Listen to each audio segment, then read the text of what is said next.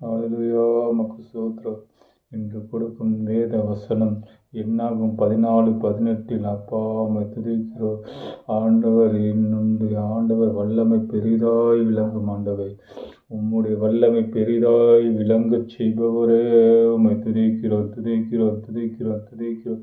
இசப்பா இந்த வசனங்களை பற்றி கொண்டு செபிக்கிறோம். தேவன் வல்லமை நிறைந்த தேவன் வல்லமைகளை கட்டளையிட வேண்டுமாய் செபிக்கிறோம்.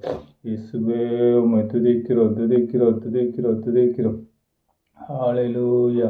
ஆதியாகமம் 35:11 கூறப்பட்டது போல சர்வ வல்லமை உள்ள தேவன் நீர் எங்களை பலுகி பெருகச் செய்வீர் ஆண்டவர்.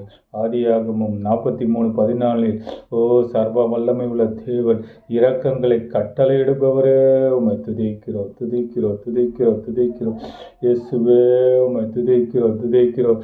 எரேமியா 1:13 கூறப்பட்டது போல ரட்சா உம்மை துதிக்கிறோம் துதிக்கிறோம். எங்கள் பாவங்களை நீக்கி எங்களை சுத்திகரிக்க வல்லமை உள்ள தேவ கரத்தில் ஒப்பு கொடுக்கிறோம். தேவன் வல்லமையான காரியங்களை செய்ய வேண்டுமாய் செபிக்கிறோம். வல்லமை நிறைந்தவரே உம்மை துதிக்கிறோம் ஆண்டவரே. உன் வல்லமையை எங்களுக்கு கட்டளையிட வேண்டுமாய் செபிக்கிறோம். இயேசப்பா உம்மை நன்றியோடு துதிக்கிறோம் துதிக்கிறோம் துதிக்கிறோம். இயேசப்பா உம்மை துதிக்கிறோம். வல்லமைகளை கட்டளையிட்டு தேவன் நாங்களை வல்லவராய் நல்லவராய் வாழ வைக்க வேண்டுமாய் செபிக்கிறோம். கரத்தில் ஒப்பு கொடுக்கிறோம். தேவன் மக்களை தேவன் பாதுகாத்து கொள்வீராக. வல்லமை இல்லாமல் தேவன் ஆண்டவரே அடக்கம் இல்லாமல் இருக்கிற ஒவ்வொரு மக்களை கண்ணோக்கி பார்க்க வேண்டுமாய் செபிக்கிறோம்.